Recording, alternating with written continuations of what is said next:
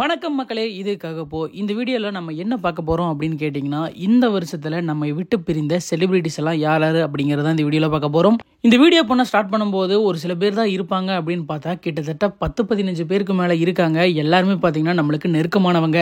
இவங்களை பார்த்து ரசி தாங்க நம்ம எல்லாமே வளர்ந்துருக்கிறோம். இப்போ இவங்க இல்லை அப்படிங்கிறத கண்டிப்பாக நம்மளால நம்பவே முடியாதுங்க. இந்த லிஸ்ட்டில் நீங்கள் எதிர்பார்க்காதவங்க கூட இருக்கலாம். வாங்க வீடியோக்குள்ள போகலாம். மறக்காம இந்த மாதிரி தகவல் எல்லாம் தெரிஞ்சுக்கிறதுக்கு நம்ம சேனலை ஃபாலோ பண்ணி வச்சுக்கோங்க. 2024 நம்மளை விட்டு பிரிந்த செலிபிரிட்டிஸ் யாராரு?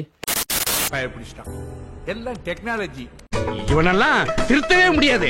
கலிகாலம். யதார்த்தமான கதாபாத்திரங்களா நடிக்கணுமா, வில்லன் கதாபாத்திரத்தில் நடிக்கணுமா, காமெடி ரோல நடிக்கணுமா, கேரக்டர் ரோல் நடிக்கணுமா, எல்லாத்தையுமே கச்சிதமா பொருந்தக்கூடியவருங்க டெல்லி கணேஷ் அவர்கள். வயது மூப்பு காரணமா இந்த வருஷம் இறந்திருக்காரு. இறந்தப்ப அவரோட ஏஜ் பாத்தீங்கன்னா 80.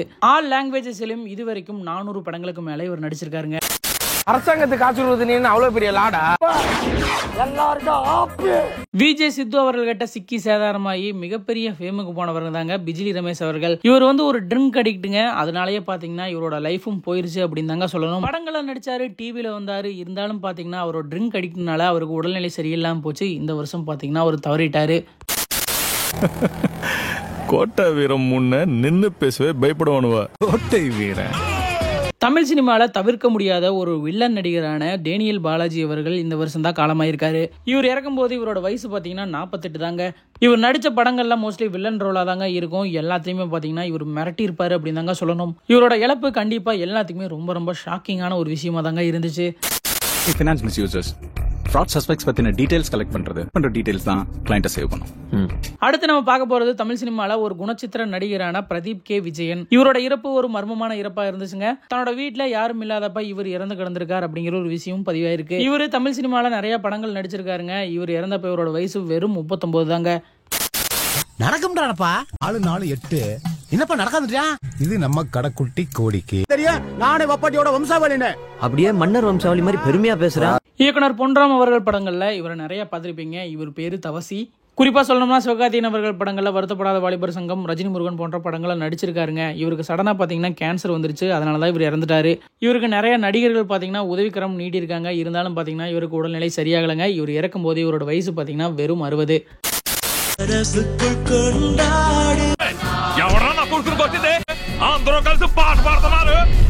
ஆக்டர் அருள்மணி அவர்கள் இவர் தமிழ் சினிமால நிறைய படங்கள்ல வில்லன் ரோல்ல பண்ணியிருக்காரு. ஒரு சில சீரியல்ஸும் பண்ணியிருக்காரு. சடனா பாத்தீங்கன்னா இவர் இந்த வருஷம் ஹார்ட் அட்டாக்ல உயிரிழந்துட்டாருங்க. இவர் இறக்கும் போது இவரோட வயசு பாத்தீங்கன்னா வெறும் 65.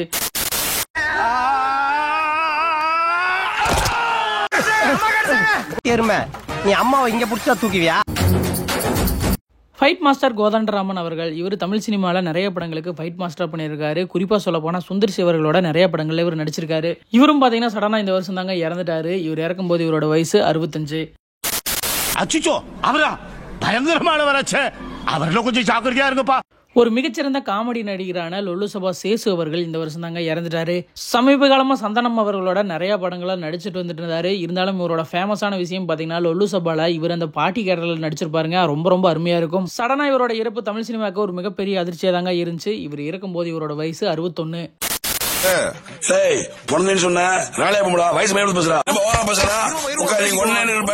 நடிகர் செவ்வாழை ராசு அவர்கள் இவர் தமிழ் சினிமாவில் நிறைய படங்கள் பண்ணியிருந்தாலும் இவர் ரொம்ப ரொம்ப ஃபேமஸான கேரக்டர்ல நடிச்சது பாத்தீங்கன்னா பருத்தி வீரன்ல வர்ற அந்த பொனந்தினி கேரக்டர் தாங்க. இவர் இந்த வருஷம் உடல்நலை குறைவால காலமாயிட்டாருங்க. இவர் இறக்கும் போது இவரோட வயசு பாத்தீங்கன்னா 70.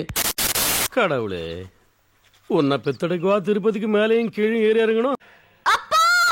ஆமாண்டி, உன்னை பெத்தம் பாரு, நான் லூஸ் தான். அடுத்து நம்ம பார்க்க போறது நடிகர் விஸ்வேஸ்வர ராவ். இவர் குழந்தை நட்சத்திரமாவே இருந்து நடிச்சிட்டு இருக்காருங்க. கிட்டத்தட்ட 350 படங்களுக்கு மேல நடிச்சிருக்காரு. நிறைய படங்கள்ல நல்ல குணச்சித்திர நடிகராகவும் நடிச்சிருக்காரு. ஒரு சில காமெடி படங்களையும் இவர் நடிச்சிருக்காரு. இவர் இறக்கும் போது இவரோட வயது 62ங்க. ஐயா என்ன பண்ண முடியாப்பா? என்ன எங்கிட்ட பணம் கேட்கறதுக்கு ஒன்னு அனுப்பிச்சிருக்காரு. அடுத்து நம்ம பார்க்க போறது ஆக்டர், டைரக்டர், ரைட்டரான அடடே மனோகர் அவர்கள். நிறைய சீரியல்ஸ் டைரக்ட் பண்ணி நடிச்சிருக்காரு. படங்களையும் நடிச்சிருக்காரு. இவர் இறக்கும் போது இவரோட வயது பாத்தீங்கன்னா 84. நிறைய பிராக்டிஸ் பண்ணீங்களா? தொண்டை கட்டி இருக்கு, பேச முடியல. அத மட்டும் நீங்க சொல்றீங்க பாருங்க, அதான் எனக்கு பிடிச்சிருக்கு. அந்த மிக்சிங் தப்பா இருந்திருக்கும் அப்படி. நம்மளாம் சின்ன வயசா இருக்கும்போது நம்மள எல்லாம் பயங்கரமா என்டர்டெயின் பண்ண நேத்ரன் அவர்கள் விஜய் டிவில இன்னைக்கு சீரியல்ஸ் எல்லாம் நடிச்சிட்டு இருந்தாரு. இந்த வருஷம் சடனா இறந்துட்டாரு அப்படிங்கிற தகவல் பாத்தீங்கன்னா எல்லாத்துக்குமே ரொம்ப ரொம்ப அதிர்ச்சியா இருந்துச்சு. இப்ப இருக்கிற செலிபிரிட்டிஸ் நிறைய பேர் பாத்தீங்கன்னா கேன்சர்னால இறந்திருக்காங்க. இவரும் பாத்தீங்கன்னா கேன்சர்னால தான் இறந்திருக்காரு. இவர் இறக்கும் போது இவரோட வயசு வெறும் 45 தாங்க.